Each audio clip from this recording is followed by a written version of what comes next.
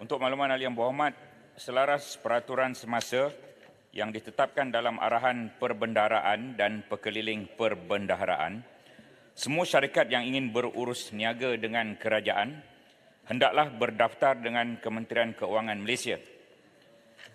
Pendaftaran akaun Kementerian Keuangan ini adalah terbuka kepada syarikat firma perunding yang ingin bertransaksi dengan kerajaan berdasarkan kod bidang pendaftaran tertentu.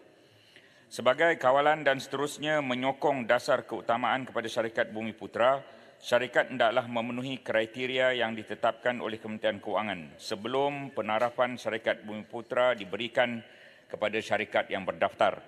Bagi memastikan kesahihan status syarikat, Kementerian Keuangan telah menetapkan supaya lawatan menentu sah perlu dilaksana untuk menentukan sama ada syarikat layak diberikan status Bumiputera tidak tertakluk kepada dokumentasi sahaja.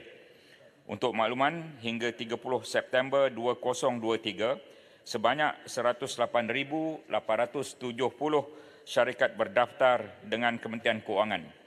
Jumlah ini adalah termasuk 57,316 syarikat berstatus milikkan tunggal. Daripada 57,316 syarikat milikkan tunggal yang berdaftar tersebut, 27,335 syarikat telah mendapat taraf Bumiputera atau 48%. Kementerian Keuangan komited dalam mempermudah urusan pendaftaran selaras dengan prinsip-prinsip perolehan kerajaan iaitu accountability awam, ketelusan, nilai faedah terbaik, persaingan yang adil dan saksama. Terima kasih. Baik, silakan Musa. Okey, terima kasih Yang Berhormat Timbalan Menteri di atas jawapan yang cukup panjang lebar lah, lebih daripada kehendak soalan. Jadi pada saya soalannya adalah memfokuskan kepada syarikat pemilikan tunggal. Jadi sebagai contoh kita orang Melayu Bumiputera milik tunggal, syarikat di daftar SSM bukannya firma. Sedangkan dah tahu IC tu dah kita submit. Masa permohonan pertama dia ni dah orang Melayu Bumiputera. Kenapakah perlu ada permohonan kedua untuk mendapatkan status taraf Bumiputera? Pertama, yang keduanya saya nak tanya soalan tambahan saya Tuan Yang Di-Pertua, sejauh manakah peranan Kementerian Keuangan, maksud saya campur tangan Kementerian Keuangan dari segi penilaian tender-tender yang telah dikeluarkan ataupun ditender oleh kementerian-kementerian lain. Sebagai contoh, tender yang telah isu baik Kementerian Pendidikan Malaysia.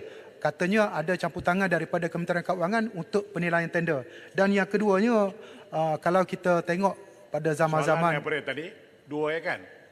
Soalan? Dua. Ini baru yang kedua. Dah tanya dah tadi? Dah. Ada dua dah?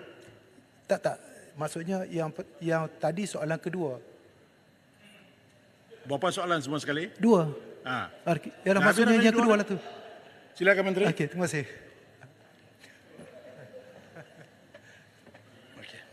Patutnya Tan Sri soalan tambahan ni satu, tapi dua. Tapi kalau mereka beri lebih pada itu pun, yang mana boleh kita jawab ya. Ya betul, syarikat apa yang dipanggil sebagai syarikat milikkan tunggal, katalah namanya Ali bin Abu, tetapi untuk kita memberi taraf Bumiputera ada syarat-syarat lain, iaitu contohnya sekurang-kurangnya 51% daripada pekerja hendaklah terdiri pada Bumiputera. Katalah syarikat Ali bin Abu Enterprise, dia ada 10 orang pekerja. Kalau 9 orang bukan Bumiputera, dia tak dapat taraf Bumiputera. Satu lagi, pengurusan keuangan hendaklah dikuasai oleh Bumiputera. Walaupun dia syarikat Ali bin Abu, tapi kalau orang lain yang menguruskan keuangan, dia tak dapat. Satu lagi, gaji caruman kumpulan wang simpanan pekerja secara kumulatif hendaklah dikuasai oleh Bumiputera. Jadi, hanya kerana syarikat tunggal tidak bermakna dia boleh dapat taraf Bumiputera. Itu jawapan. Kemudian dari segi campur tangan tender-tender di kementerian lain oleh Kementerian Keuangan, tender-tender yang di bawah 100 juta ringgit itu diputuskan oleh kementerian-kementerian yang berkaitan. Tender-tender di atas 100 juta ringgit baru diurus oleh Kementerian Keuangan dan kementerian yang berkaitan. Terima kasih.